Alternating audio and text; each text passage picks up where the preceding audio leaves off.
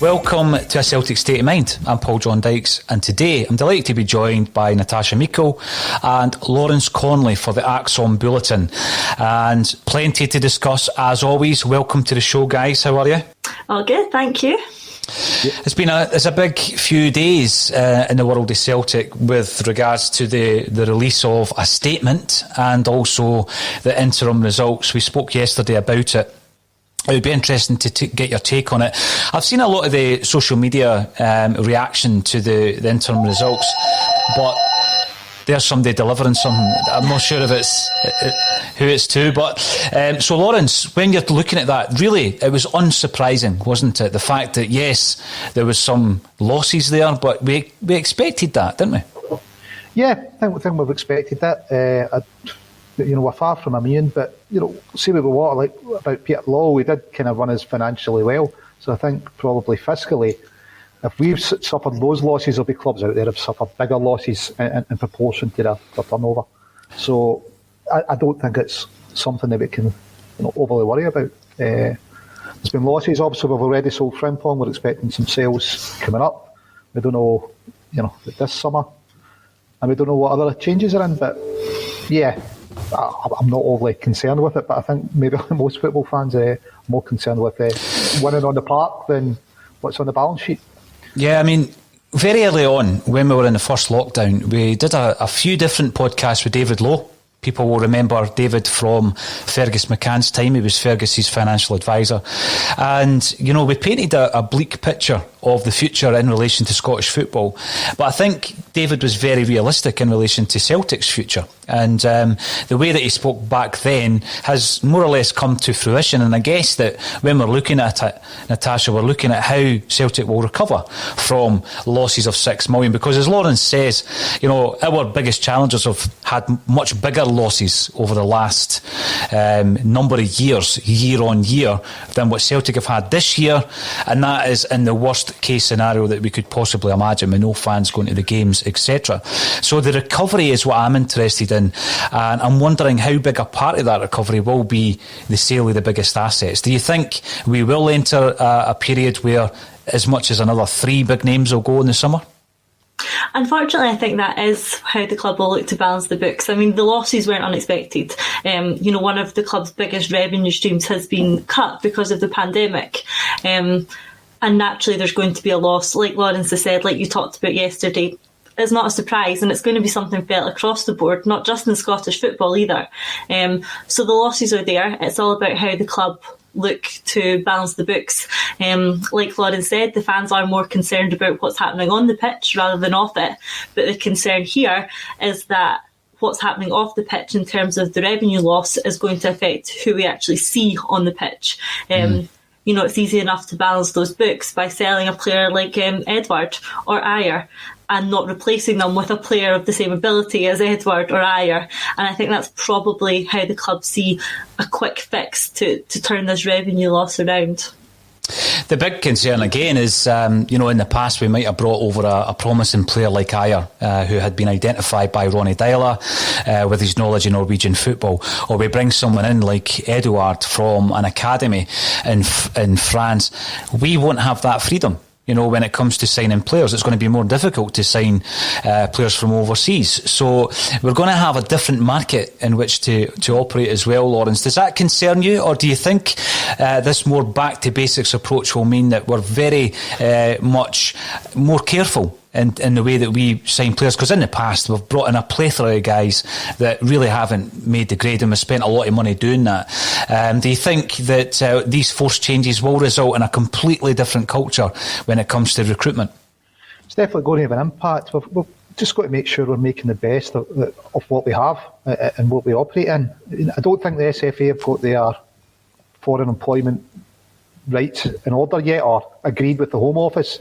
They were offered to do the same as the English FA, I think, and they've knocked that back, but they haven't SFA haven't decided what they're doing. Mm-hmm. For us, it will make it more difficult to bring people over, you would think, but at the same time, we're operating in Scotland. It's going to make it more difficult for everyone. We just need to make sure we've got the right structure in place, which is hopefully part of the review. We know the new CEO coming in. Is it going to be a director of football?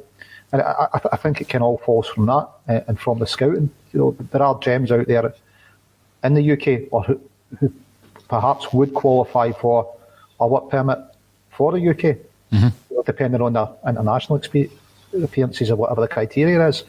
We just need to make sure we are making the best of our scouting network, and when we identify someone, making sure we get the deal over the line, making sure we get our first choice targets, and get them in early enough that they're bedded in for Europe. Don't be signing them after Champions League is gone.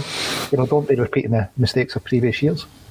I'm keen to get onto the comments because there's plenty of Celtic fans looking to air their views, so I will be taking comments via our Twitter, Facebook and YouTube feeds very, very shortly. Something popped up on my Twitter yesterday, and Twitter is a funny old place at times. I mean, you just shake your head in disbelief at some points, and at other points, you're actually literally laughing out loud. But someone yesterday says to me that we're in such a state. I mean, we're referring back to the old remember the 90s territory, and I do remember the 90s, and I look at both situations from completely different positions, and someone compared Albion Ayeti to Wayne Biggins, and the only thing I can say to that is you clearly never seen Wayne Biggins playing.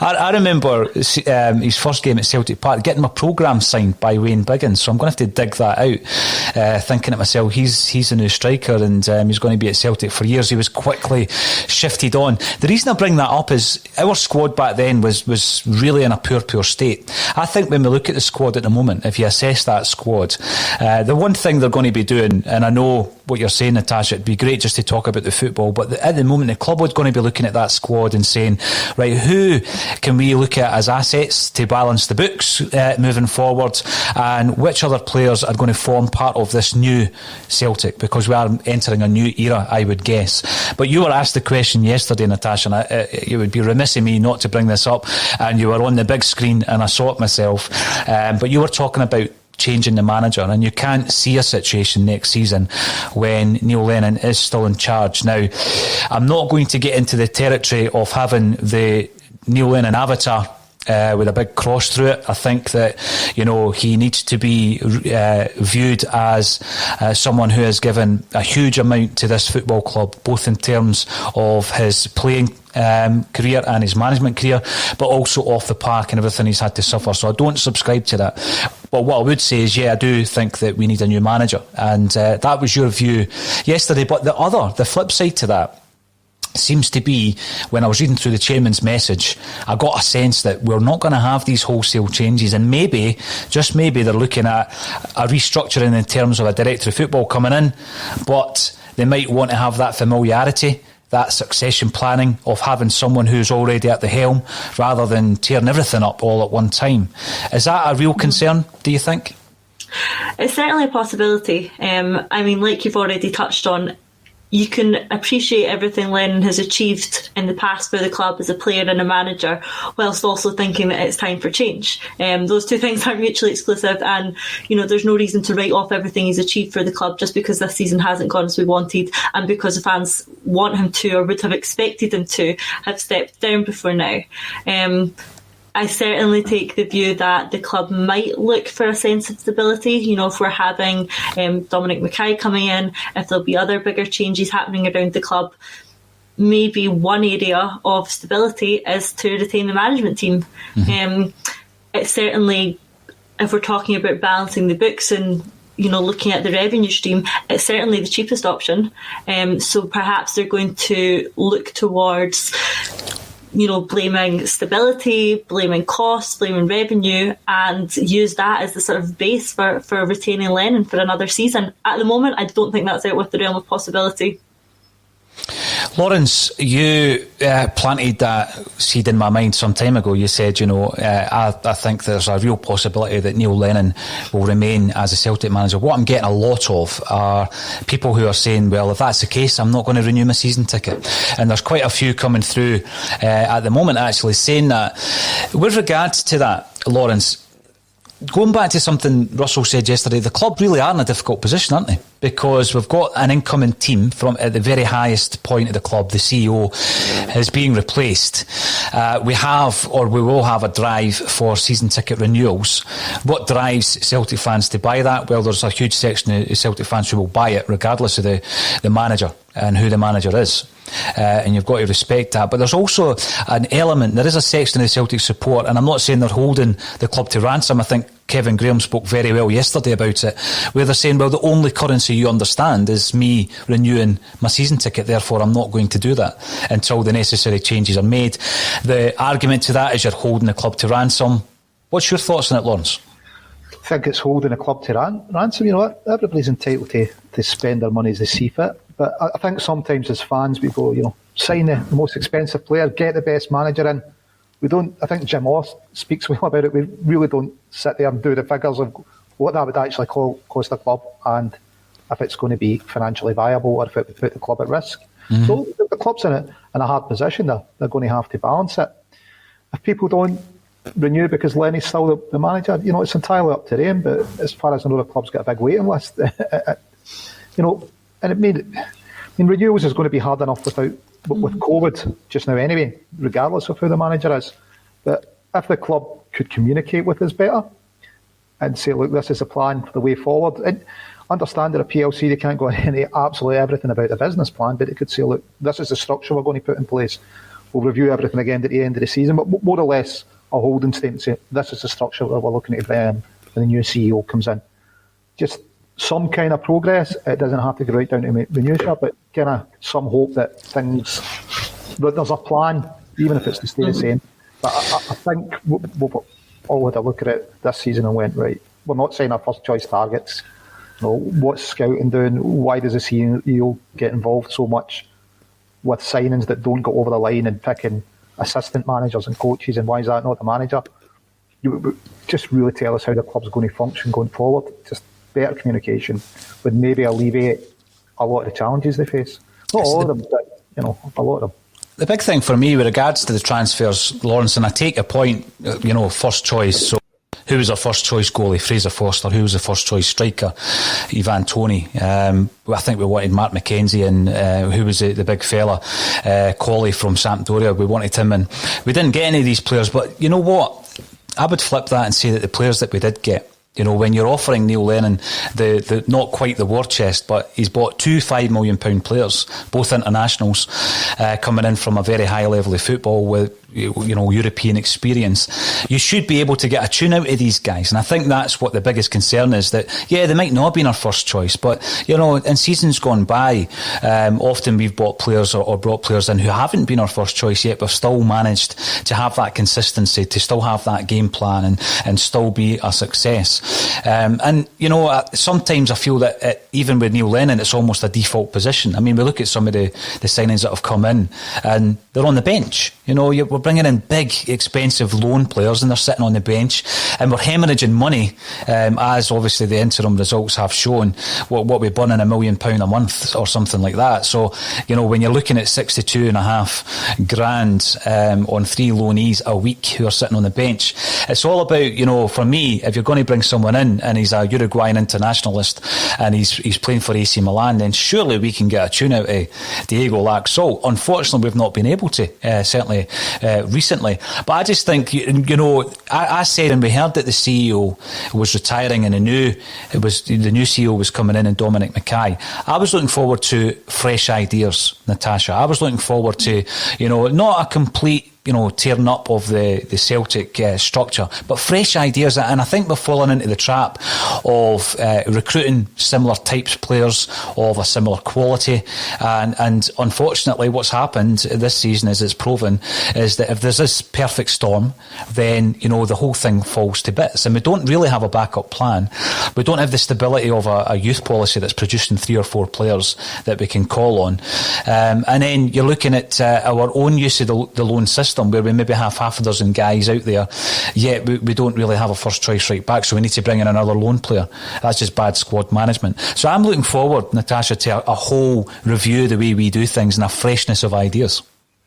Yeah, absolutely, and I hope that takes place. And I think if the fans were to get some form of communication that was certainly the intention of the club, if in the summer there is going to be a rebuild, this fresh new start, because things have got stale. I mean, the fans can see it. This has been one season too many for the structure we have in place. It's stale, it's not working, it needs refreshed, and that starts from the top down. And we started by replacing Lawwell. The next step would obviously be to replace the management team. The step after that would be to allow that management team and the scouting department to refresh the squad. And that's really what needs to happen in the summer if we want to see this fresh new start and these new ideas in place for next season. Whether that will happen obviously remains to be seen, but we're at a stage right now where that does need to happen, and with the 10 in the row not being the objective of next season, it's time to do it. It's time to take the risks, the rebuild, and work towards getting ourselves back to where we want to be next season. I do want to focus on some of the messages coming in, so welcome to the show, P. McKay. You're commenting on YouTube. A full restructure is required. Director of football with experience and quality to look after the football operation. A fresh manager who can regenerate the team. That takes us on to the subject of the director of football. We've already seen quite a few names linked to the club in relation to that position. It does seem as though that is the kind of road that the club is going to go down. Lawrence Connolly, before any change of manager, you need a change of DOF, because they're going to be part of the recruitment process. Yeah, definitely. If that's the structure that you're bringing in, you need the director of football in, because the manager's going to want to know who's working under or alongside in the director of football. And we've been linked with the UV scout, who seems to have a track record of identifying players. He's done it outside of Italy, wherever he's been. It would certainly be someone that's worth considering. But, if it's the structure we're going to do, it's not too hard for Celtic to say, look, this is the structure we're intending on bringing in. We're looking at bringing in a director of football, and that's going to be the next appointment, and then we review the whole structure underneath that. Wouldn't be it's not why can't they just say that if that's the plan, or say if that's not the plan? It's just crazy. You know why I think it is, right? And this is tying in with a message coming in from Swansea Ajax S, I think, or Swansea Jacks, who says there is no review, never has been and never will be. Smokescreen to shut the rabble up. Natasha, on that point, do you think that this is the review and the statement that appeared on the website yesterday is the response? So we're always talking about the fact that we want this two-way conversation, we want this engagement. That's exactly what the club think they've done yesterday. That is the communication, isn't it? Yes, exactly. Whether there has ever been a review, like it's been suggested in the comments, I think they're probably hoping to have got away without doing one. I think saying that there would be a review was a short-term appeasement, and they hoped that the results would turn round and they never had to follow up.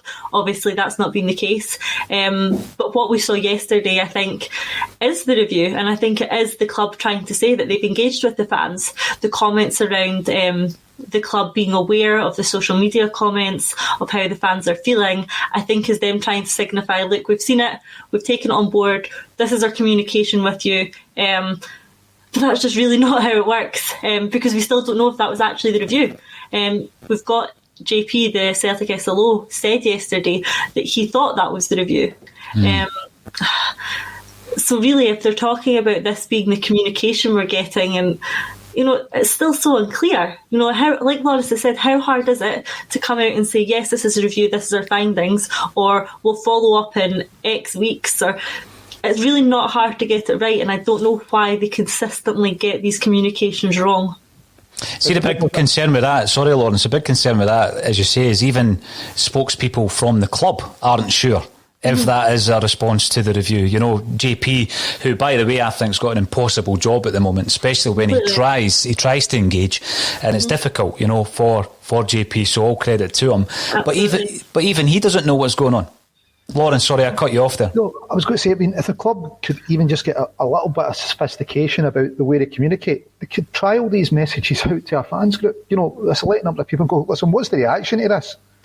But there doesn't seem to be kind of any planning of going, right, we'll release this, and they don't expect or seem to have any plan for what's coming back. You know, there's JP, as Natasha said, saying, I think it was the review. Well, surely the club's going, well, if this is in any way unclear that it is the review, we can at least come out and go, oh yeah, that was a review. But there doesn't seem to be any planning. We just seem to drop something and see what happens and then react. There's no preemptive plan how to control the narrative, the message, or steer the ship to, you know, where they want to take it. It's just you're going, right, what way is the wind blowing today? Right, this is what we need to do. You need a more professional plan than that. I think anyway, communication plan and PR plan for an organisation like Celtic. Let's be honest, it's hard enough for Celtic to get positive PR in Scotland. So, you know. We'll come back to you on that one, Lawrence, because there's another subject to discuss it, and I know that you'll have an opinion on it. But you're absolutely right. It's not as though we're a big business that is basically selling products, or this shouldn't be the way, selling products to a customer base. This is a fan base. So you can't simply expect them to turn up because you open the doors. Now, in relation to that, we've got two ends of the scale, and I've seen it on the Axon comments throughout the last few months. Ricky Nohar is coming in on YouTube to say, I'll not be reviewing or renewing any of my 4 season tickets if Lennon is a manager, and that's over £2,200. On the flip side, Danny Harvey comes in to say, I'll still be going home and away whether Lennon is here or not, but ideally I want him gone and a new manager in. And this is the thing, it's a very divisive subject, Natasha, and I know you've already put your views across as to what you'll be doing next season in any case, but I think there seems to be enough of a voice, there's enough of a notion that there will be a huge drop in season tickets. I think there would have been in any case, because of you've hit the tip of the iceberg with, you know, everything that's happened, and there would be a falling off. I mean, you even look at historically how, you know, the attendances dropped off. I think in the first 9 in a row that Celtic won, I think after 6 or 7 in a row, the attendances did tend to drop off. I'm not sure how accurate the home attendances were back then, Lawrence. But there was always that fear that might happen, because then you need to have a different bar, you know, and that's where the strategy comes in, Lawrence. This, you know, your 5-year plan or your 7-year plan comes in. Celtic fans aren't quite sure what the 3, 5, 7-year plan is. So does it concern you, Natasha, the amount of people that are saying, I won't be back until the manager changes? It does, because I think when the sort of downturn in results and the sort of notion that we needed changes started to happen, whether that be in September, October, November, whenever anyone's tipping point was towards the end of last year, it was still relatively rare for people to suggest that they wouldn't renew their season ticket next year. And that notion has grown and grown and grown momentum over the last even few weeks, the last month or so. And to be honest, what the club's doing, they're not, you know, they're not taking any ownership for the way that this season is going, telling us that this is acceptable and just put up with it for the rest of the season. And by doing that, they're turning people off even more than they previously were. So I agree. I think there is a growing number of fans who won't be renewing, who think that not renewing is the only way of making the club take action, you know, hitting them where it hurts, the season ticket sale money. And it's creating a real divide among the fans, which I think is really unfortunate to see. I mean, you see it on social media, the people who say that they will be renewing regardless, you know, then get hounded by the people who think that that's the wrong thing to do because the club won't change. And those who say that they're not going to review are getting accused of not supporting the club when they need them most. So it's a horribly divisive issue. And to be honest, I do completely get where both sets of camps are coming from. You know, for me, I've already said I will be renewing next year. I want change, of course we all do. But this isn't enough to make me give up my season ticket. It's not enough to stop me going. Now, Kevin Graham's not on the show today, he was on yesterday. But obviously he must be having a break from his working at home regime because he's coming in. And the reason I bring this up is the waiting list. So that's been mentioned quite a lot. You know, there's thousands of people on the waiting list. But if you take a cross-section of Celtic supporters, whether they're on the waiting list or they're currently a Celtic season ticket holder, I reckon that you'll get the same kind of percentage saying one way or another that they're going to renew or buy if Neil Lennon is in charge or otherwise. So the waiting list isn't a given. So if you've got 17,000 on the waiting list, it's not a case of, well, 17,000 season ticket holders don't renew, but the waiting list will. Because you're going to get the same cross-section of people who... It's so divisive. You're going to get the same people who won't buy. So I don't think that's a safety net, and I think that's maybe why Kevin Graham's laughing there as well, because obviously there's a lot of people on that waiting list who, when they went onto it, financially, it was a doable thing. Now it may not be. So that's a concern as well. I'm also looking to speak a little bit about the football because obviously we have a game tomorrow night, so we'll talk about that as well. Aberdeen at home, and you know, I keep looking at the points gap and the goals gap between Celtic and Rangers. The reason I do that, we don't tend to speak too much about Rangers on this podcast, but you've got to if they're ahead of you in the league. So you're looking at the points gap and you're looking at that goals gap and you're trying to claw it back, and you know that Rangers are scraping results, but they'll tell you that's championship winning form. We'd do the same if it was us scraping 1-0s here and there.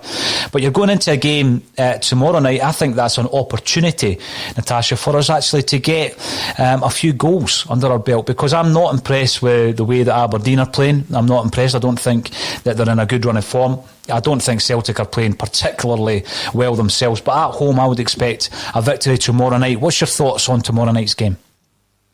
Yeah, actually, you know, I think there has been a bit of an upturn in the performance levels to an extent recently, and obviously coming up against a team like Aberdeen who are going through a bit of a tough patch as we're trying to sort of ascend in some form. I think it's probably a good match for us tomorrow night. Depends, I think, a bit on the team selection, what formation we go with, how we shape up, whether it's two up top, the sort of chances we'll be creating. But yeah, I'm feeling good about this one, and I think it's probably something that the club need to get some more points on the board, get another good performance underway, and get some goals in the bag would be ideal. I was a bit concerned after the St Johnstone performance the other day. But, you know, looking back on it, I accept the pitch wasn't great. It wasn't great conditions. Not too sure about trying to play Christie off Edward up front. But I think at home, you know, we're more likely to see perhaps two up front, go back to that diamond in the midfield and create the sort of number of chances that we had been prior to that St Johnstone game. The big thing I seen on the following up from that game, Natasha, was the point that we had Christie, Turnbull and Rogic on the same park at the same time, all trying to do the same job in effect, and it didn't really work. Now, you look at Christie's performance, he was involved in both goals, one of them being obviously his body movement, which got the St Johnstone defenders on the back foot. I thought he done particularly well with that. I think he should retain the jersey, and if someone's dropping out, I would probably drop Rogic out so that we could play the second striker. Is that something that you reckon Lenny will do tomorrow night? I think so. You have to look at some of Rogic's stats. His impact in the game, the amount of time he's on the ball is particularly low. He's not having the same impact as other players in the midfield, like, you know, McGregor or Turnbull. And we are trying to shoehorn too many similar players into the team, playing a couple of them out of position, not getting the best from them. You know, Christie had a couple of great moments against St Johnstone, but we're not playing him in the position that suits him best. So I just wonder if Lennon will be tempted to put in another striker in up with Edward, be that Griffiths or a Yeti, we're not sure. But probably if someone was going to have to come out that midfield, I think it's likely to be Rogic. Mm-hmm. What's your thoughts, Lawrence? I mean, he is a favourite of Neil Lennon, it would appear, but I do take the point that, you know, you get flashes of absolute brilliance. You get moments from Rogic that you don't get from anyone else on the park, but they are few and far between. I mean, it's 4 or 5 moments in a game. Yes, some of them are game-changing moments, but I think that we are looking for more of an impact. And, you know, that was the one criticism I had to the team line, was the fact that we didn't have two up front. Hopefully we'll revert to that tomorrow night. Or is he reverting to type one up front, Scott Brown back in the midfield? Hopefully, I'm with you. Go with two up front, get Ajeti more game time, see what we can get out of him. Yeah, I mean, three similar players, it's not really worked. You need to, I suppose, decide who it's going to be in your number 10 or the tip of the diamond, who's going to give you the most. They all offered, something different, but Rogic, maybe his work rate and his fitness, you're lucky to get full 90 minutes out of him, aren't you? And it just seems that he's been that way forever, regardless of the manager. So, is Welsh back tomorrow? I know St Johnstone only had one shot on target, but I don't think anyone's particularly confident when Duffy's at the heart of defence. And it's just some of his basic errors when he's charging up the park, and you're going, I know. What are you doing, Shane? Just lay the ball up to the midfield and make sure you're in position in case things break down. And I think maybe he's trying to do too much. I don't know, but hopefully Welsh is back, and hopefully it's back to two up front. On that point, Lawrence, I mean, I was quite vocal about Shane Duffy at half time, and I was ready for the backlash because people see it as a cheap dig. But absolutely, I was looking at the performance of Duffy and I was comparing it to Welsh. So tying that in with a point coming in from Tomiar, the wage bill is stupid high. It absolutely is. Now, obviously, with the interim results, and we know that Celtic will be in better shape financially than many, if not all, of the other clubs in Scotland. It is obviously something that needs to be bucked. That trend of losing money and paying out big wages on guys that really aren't contributing to Celtic on the park. So let's use Duffy as an example. So you take Duffy out and you bring young Welsh in. I've been very impressed with Welsh. I mean, really, in terms of profile and stature and all the rest of it, what difference is that? I mean, he was going to be on a fraction of the wages. And the reason I ask it, Natasha, is if we feel the same about some of the other players, what difference will it be in developing maybe some of these starlets, some of these younger players that we have brimming under the surface? Are they really going to be that far and wide away from a massive name like, an AC Milan player coming in, or El Yunusi, a former £16 million player coming in? Are they really giving you that much more than a young player coming in? Someone who's already at the club? I think Welsh is a shining example of that. Mm-hmm. Yeah, no, I agree, and it's definitely something we've touched on before as well, is that we're getting to the part of the season where there is not a great deal left to play for. I know there's a few people still holding on to some sort of hope, but if we're being honest, the league is done. What better chance to give some of the young players the experience? Certainly using Welsh as the example, why would we continue to play a loan player, regardless of how much he's costing? That money's gone now, that's spent. Regardless of how much he's costing, why would we continue to play and develop a loan player rather than play our own player like Welsh and give him the experience he needs? And like you say, we could probably replicate that across the pitch, give some of the younger boys a bit of experience. I really don't see the harm in doing that. Last time we talked about it, we were criticised that we were still in a battle for second place and that the young boys weren't capable of grinding that out. We certainly saw after the Dubai issue that some of the fringe players were perhaps quite ready to step up. But we're not asking them to play 90 minutes. Let's give them half an hour here and there, 45 minutes, develop them over the course of the next couple of months, and then have a better idea of what we're working with in terms of the fuller squad in the summer. Mm-hmm. I think the other example would be, and I'm not sure, I've got to say I'm not sure if he's the answer, but another example would be Conor Hazard. We bring in a £5 million international goalkeeper from a high standard of football who's got European experience. Yet, how much better has he been than Conor Hazard, who came through our system, who's on an absolute fraction of Barkasi's wages? And yes, he's lost his place. I know he has, and we're playing Bain, but the example is similar in relation to, he's not a far superior footballer than a guy that we've got there. I think the concern would be, Lawrence, if we were to move into a period where, we are bleeding 4 or 5 young players into the squad, rather than going out and buying kind of high profile players that we have been doing certainly over the last 12 months or so. Would the Celtic fans accept that if it was communicated to us properly? We're going through a period of restructuring and rebuilding, and part of that is going to be a focus on our youth players. Do you think, as Celtic support, we would say, well, you know what, we might not win the league next season, but long term we're going to be in a much better position? Would they accept that? I don't think they would accept us saying we won't win the league next season. They might accept that, look, this is a strategy of how we're going to try and win the league. We're going to do it by, we're going to stop loan players, for example. We're going to stop that altogether, and we're just going to try young players or buy players in that we think that we can develop and sell for value. But if you're a caveat with that with, listen, we don't think we'll win the league because we're trying this, I don't think the Celtic fans, or the majority of Celtic fans, would accept that. But certainly, if that's what they want to do, and if that was a plan, but at least they would communicate it to us, which would be a welcome change, kind of communication.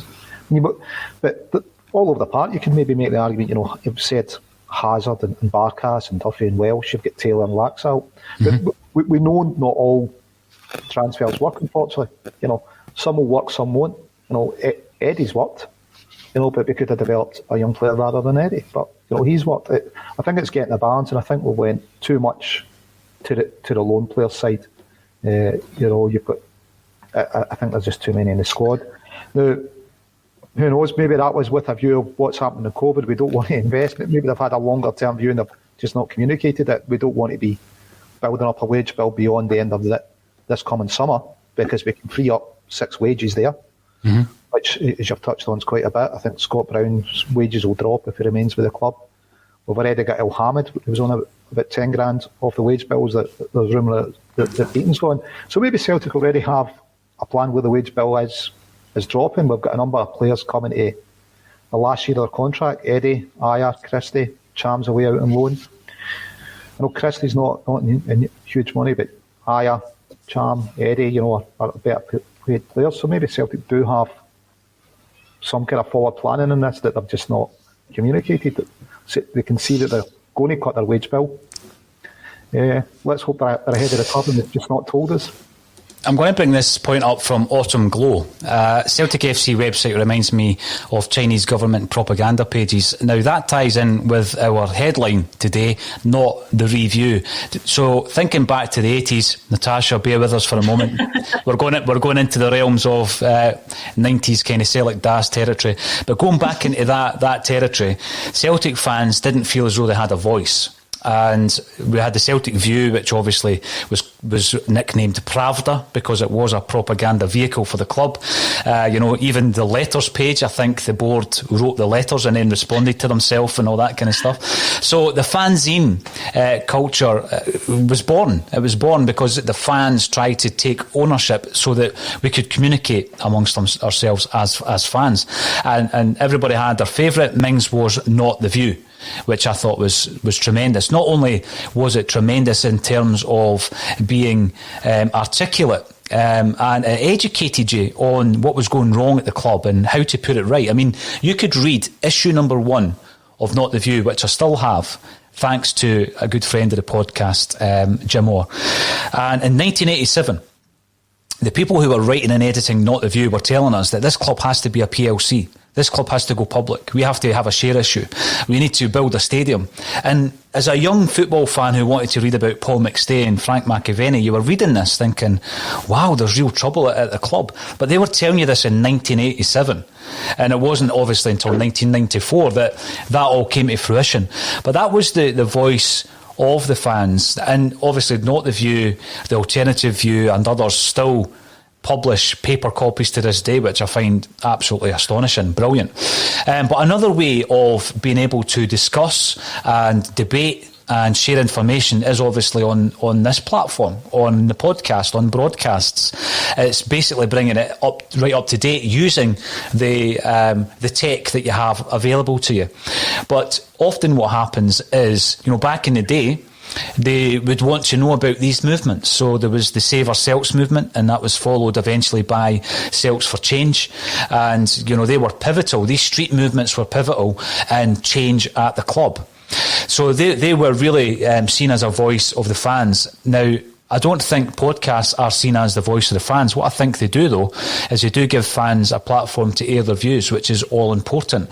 And what we've seen this season, Natasha, is that some mainstream channels then want to hear the views of the fans, so they ask you to speak. And then the flip side of that is there's almost this revisionism, as though The fanzines back in the day would never have done that, or the movements back in the day wouldn't have done that. That simply isn't true, because I've got broadcasted shows that were on mainstream channels back in the day where these people who were pivotal to the movements were being interviewed, and all over the newspapers, and it is a way of getting a view across. So I don't agree that you should never speak to the mainstream media, because what you're actually doing is you're using them as much as they're using you to try and get a view across. Because what we've been talking about all season, the fact that the club doesn't listen, well, there's far more of a likelihood that they will listen if you're on a mainstream channel and you're on a loop and you can see it on the big screen. So Natasha, you were one of those Celtic podcasters who ended up on the big screen yesterday. And there's always a fallout. And I think, I don't know what you would say the percentage is, but you do get criticised for doing that. And you get called all sorts for doing that. But I think it's an important way of being able to put a message across that the fans aren't happy. I mean, some people decide that they want to put a banner outside the stadium and outside Lennoxtown, and that's great. Other people think that, you use a platform to put your voice across to a much wider audience. And often the club will be aware of that, rather than, does the club tune into a Celtic State of Mind at 12:30 every day? I don't know. I mean, it's difficult to get your point across. And I know that people have been writing to the chairman, and we'll get on to him in just a second or two. But what's your thoughts on that, utilising all forms of media to put your point across as a Celtic supporter, Natasha? Yeah, well, firstly, I think the club maybe should tune into a Celtic State of Mind at 12:30 every day, because then they might actually be in touch with how the fans feel. But touching on your point about using the mainstream media, I think that's exactly the right word, using it. We have a point to get across. The fans feel a certain way, and we can use this podcast to discuss it. And to talk about how the fans feel and what we want to see, and the change we want to see happening. This podcast is also fantastic. Views of 1.2 million in January is incredible. But to reach a wider audience and to spread our message, to spread our word, we've got to use the mainstream media to reach that audience and to promote the message and hopefully bring about the change that we're trying to achieve. Like you said, the club perhaps don't look through the Twitter pages of their fans. They don't look at the podcasts. They don't read some of the magazines that are still being printed. And if using the mainstream media in the way that we are to promote our message helps achieve that and helps make the club sit up and take notice, then good. And you know what? If people say it won't make a difference and it doesn't, then equally, fine. But we're doing what we can, and we're doing it in the way that we think is the best. And I think the majority of people do agree with that. Following yesterday's interview, I'd say the messages, 95% been really positive, really supportive, and grateful to everyone out there who's reached out and sent a message, and just a bit of communication. It's been great. The 5%. It is what it is, isn't it? We're all used to it, and it doesn't affect any of us in the slightest. We're more than happy for people to disagree with what we're saying and disagree with their opinions on football, but talk to us about it. Happy to have those debates. And get involved in the chat on Axon, because it is always busy. I'm going to throw this one over to yourself, Lawrence. Hugh Jameson, whose name pops up on the comment section quite regularly, so welcome to the show. And he reckons that the club needs freshened up across the board. Now, quite literally, I would actually highlight the word board here, Lawrence, because obviously we've had the chairman's message, and Kevin Graham, who's an absolute living and breathing Celt 24 hours a day, was surprised that Bankier has been in post for 10 years at the club. And you often, there's two real figures at Celtic that you think are the decision makers, and of course they are, and Dermot Desmond and Peter Lawwell. That's soon to change, but I do feel that there are faceless entities on the Celtic board. Is it about time we freshened that up as well? I think definitely. David Lowe was on here talking about that. Just it appears now, just the board appears to be jobs for the boys. They don't appear to be holding a CEO to account or major shareholder to account. Anything, at that level can become stale. And, I don't think we've got people of gravitas like John Reid when he used to be on it, like him or loathe him. I think he's right. It needs freshened up. David's touched on it, David Lowe, from a corporate governance point of view. It definitely needs freshened up. So I don't know how we're going to achieve that. I think the Dermot's obviously got the most shares, and the institutions, the insurance or pension institutions that hold other shares tend to go with Desmond because they're just looking for returns, let's be honest, and I think he definitely knows how to get a return in the financial markets. So Celtic Trust is a good way to start building, a body of shares that fan owned. I know that was Fergus's, when he sold up, that was his vision, wasn't it? It was never going to be controlled by one individual.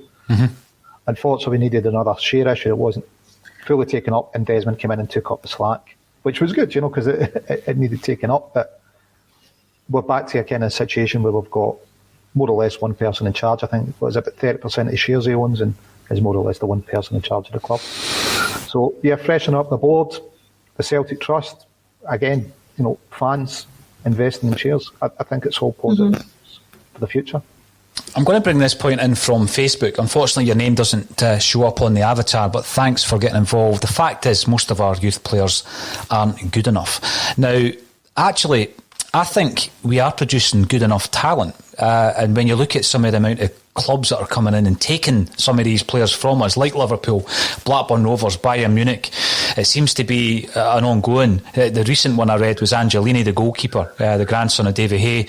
There was interest from clubs like Lazio, Juventus, Roma, interested in taking a Celtic youth player. So I think we are producing them. I think there comes a point, and I don't know exactly when that point is, and I've spoken to a lot of youth coaches on Axom and various other shows.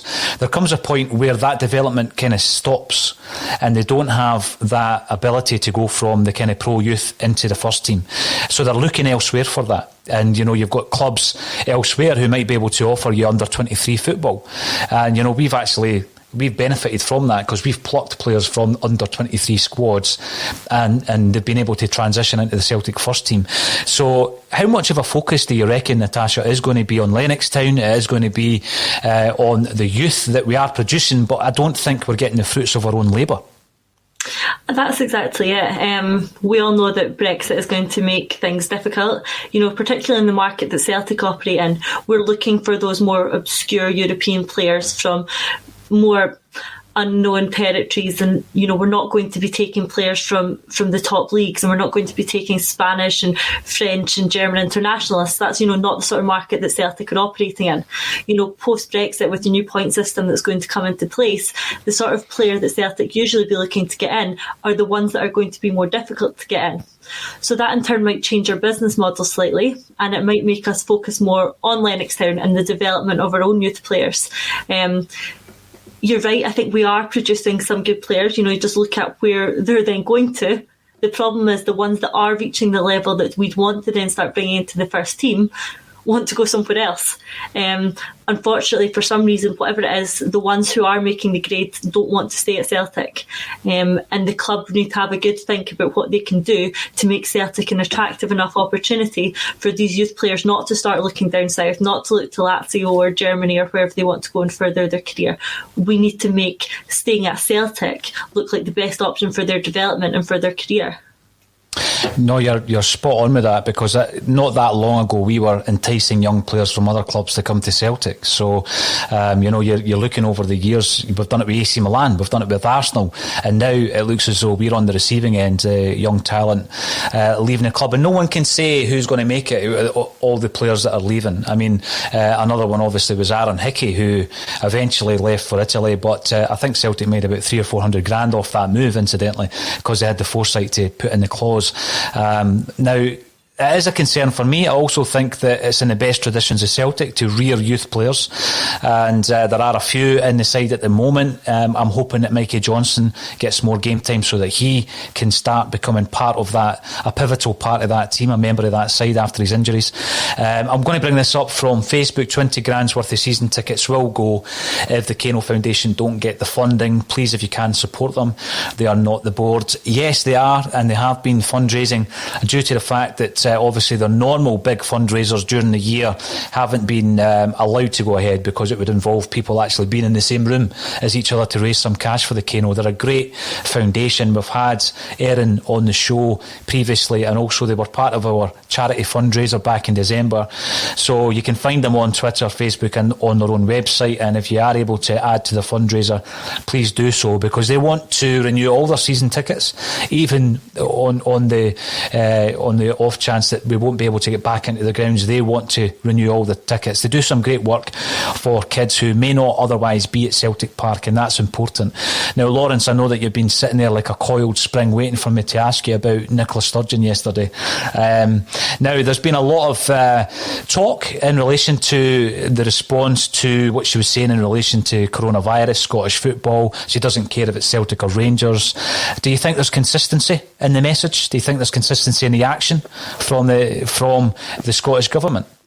No, definitely not. I mean, she said this time she's going to have to wait to get all the detail. And even if we just look at not the last Rangers party, not the one at Christmas that's not really hit the papers, but the one before that, the one that wasn't Arfield's birthday party, but it was on his birthday. The Scottish Government were able to give a statement first thing the next morning. So they must have done, did they have all the information overnight, but they can't get it this time? Over 2 nights, we have to wait before we make a further statement because we don't have all the info. So is information gathering slowed down? I don't know. I definitely don't think that there's any consistency when they're dealing with it. I think it's 3 parties Rangers have had. Stevie G and his assistant broke the rules the first day. They played a bounce game with 4 tests being back before the season kicked off. The Scottish Government don't seem to be coming down as hard. But obviously I'm looking at it from a point of view as a Celtic fan. But I don't see any consistency on it at all. I don't know what's happening. Is it up to 10 players, allegedly, at the latest party?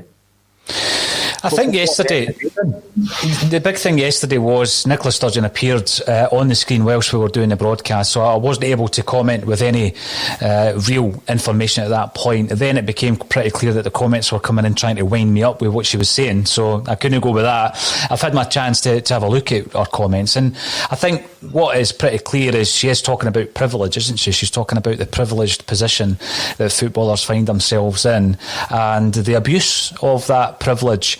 Now, obviously, there's been comments this season, Natasha, from Peter Lawwell saying that Celtic have been hit hardest by COVID. I don't agree with that. I've got to say I don't agree with that. Yeah, we have been hit. We've been hit really hard with players catching the virus, players abusing the system, and the club have been hit with games that we've not yet played. I mean, tomorrow night's game is one of them. So, in relation to all of this, do you feel that there has been a consistency in the response and in the message that we're getting from the Scottish Government? I have to agree with Lawrence, actually. I'm not really sure there is. I mean, Celtic went on a pre-authorised trip to Dubai. We've talked about it before. We don't agree with it. We think it was abusing the privilege. We've recognised that. But that pre-authorised and legally permitted trip to Dubai was looked upon by certain people, including the government, as being significantly worse than any of the other COVID breaches we're seeing from other teams across the country. So why has that trip and why has the ball and goalie incident been treated as so much more serious than anything else we're seeing coming through? I mean, when ball and goalie broke the rules, which we obviously were all furious about and still are, we had, Nicola Sturgeon come out and saying, this is yellow card, any more times and it'll be a red card to Scottish football. Mm-hmm. And since that, we've seen other clubs commit breaches of the protocols and the guidelines, and we're not seeing language coming across that strongly. We're not seeing the same level of condemnation. And in fact, Celtic's legal trip to Dubai received more condemnation from the government than any of the other breaches by the other club has. So I do agree with Lawrence to an extent. I do think it is a bit concerning and a bit unfortunate for Celtic. But, we have to just look at our own house. We have to get our own house in order. We have to make sure that we're complying in every way that we can. And that's all we can focus on, really. You brought up a name there, Natasha, and you gave me a vision of the future. Ball and Golly at left back, Bayo up front with Klamala, Leo Connor at right back and Jack Hendry at centre half. Is that going to be Celtic next season? Who knows? Would they have done any worse than this season? Couple of points. One in from Gary, which I think is only fair to bring up. Gary Fairweather on YouTube. I thought it was a breath of fresh air seeing Natasha on Sky Sports yesterday. I would rather hear her view than Walker or Nicholas, or even me. Probably at the end of that as well. And Hugh Jameson. If not for constructive criticism and fan protest, Celtic would have gone down the tubes. I think that's important to remember that, Lawrence. You know, people, for a spell there when we were being very critical of the club and we were being very critical of Neil Lennon. I mean, we can't hide behind that. That's exactly what we were being on Axon. People were critical because they felt that if you criticise a club, then you're not a true Celtic supporter. There was this view that, you know, you were part of the problem. I think it's important to highlight anything that you're unhappy with as a Celtic football fan. Well, I don't think you can be sycophantic about anything in life, can you? You know, you've got to call it as you see it. Sometimes it's good, sometimes it's bad. What? We don't call out the bad when we see it? That can't be right. And if people say that, listen, you see something that's bad and you're not allowed to call it out, you know, you're going to get down the routes of fascism if that's how they kind of conduct our thoughts and our comments. We're not allowed to call something out if we think it's bad. Where's it going to end up then? You know, for me, I think, you know, I didn't always agree with you quite often, but, you know, it's a difference of opinion, isn't it? You know, we're allowed to debate it, we're allowed to call things out and call as we see it. We're not asking people to agree with us, you know, just because you listen or you follow Celtic, we don't all have to have the same opinion, you know. And hopefully, you know, kind of it's that breadth of opinion that adds a bit to the club. I think it is, Lawrence, and obviously Natasha hasn't really had to split up any fights between the two of us for a while. But I'm going to ask you this question. Marafchik25 comes in to say, Mr. Desmond needs to assure fans Celtic FC will be the priority over Celtic PLC. We've seen some of the banners using the PLC, obviously. What was it? Lies and charlatans, what was the first word? I forget. But they have obviously been targeted in relation to some of the criticism, most of the criticism throughout this season. Focusing on Celtic FC, we're really looking at what does the club mean to the supporters, and let's re-engage with the fans. I mean, we've said all season, Natasha, how easy it is to engage with supporters, and we're failing. I mean, I honestly believe yesterday's statement from the chairman, they would have thought, brilliant, that's us now communicated with the fans, and they think that's how you do it. That's how out of touch they are with the here and now, isn't it? That's right. And that's not communication. Again, it's a one-sided statement. And if they'd really been listening, what the fans are saying is that we don't want these one-sided statements. We want some proper engagement. I think the fans need a bigger voice. I think we need some more representation at a higher level. How we'll achieve that, you know, remains to be seen. But there's ways of doing it, and we need to utilise that, because we do need to be heard, listened to, and have our points taken on board accordingly. You know, we're the fans are the ones who are representing the interests of the football club. You know, the board are in their position to ensure that the PLC runs efficiently, and of course the football club following from that.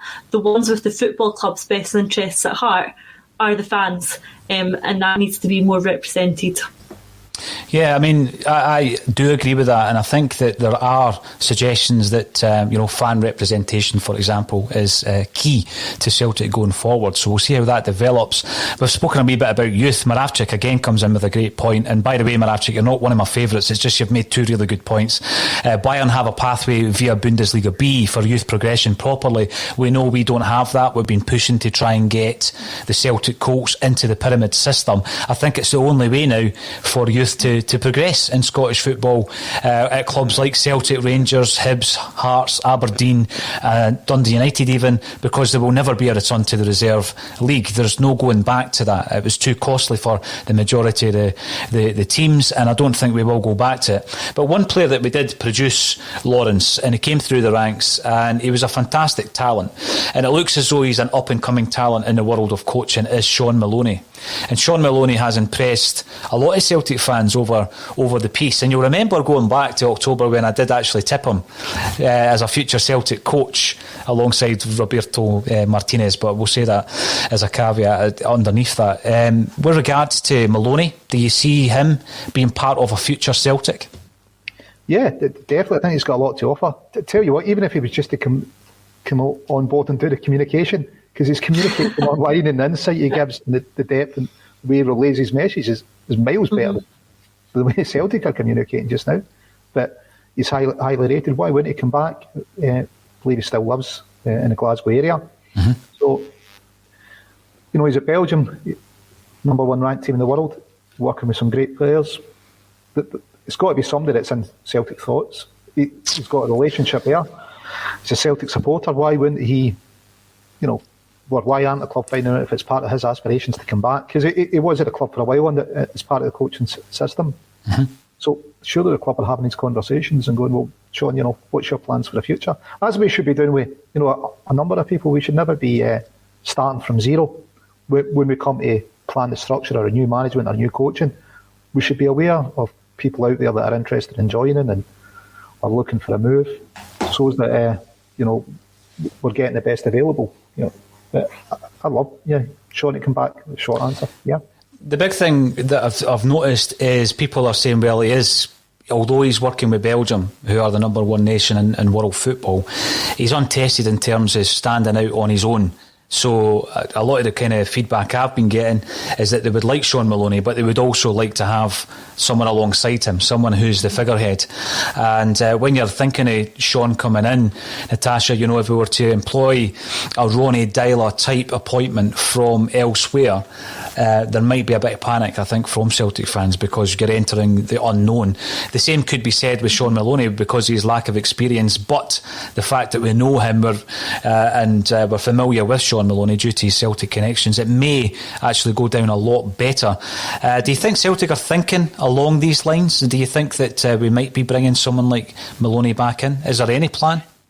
It would be negligent if we weren't thinking about it. I'm absolutely sure those conversations must have taken place.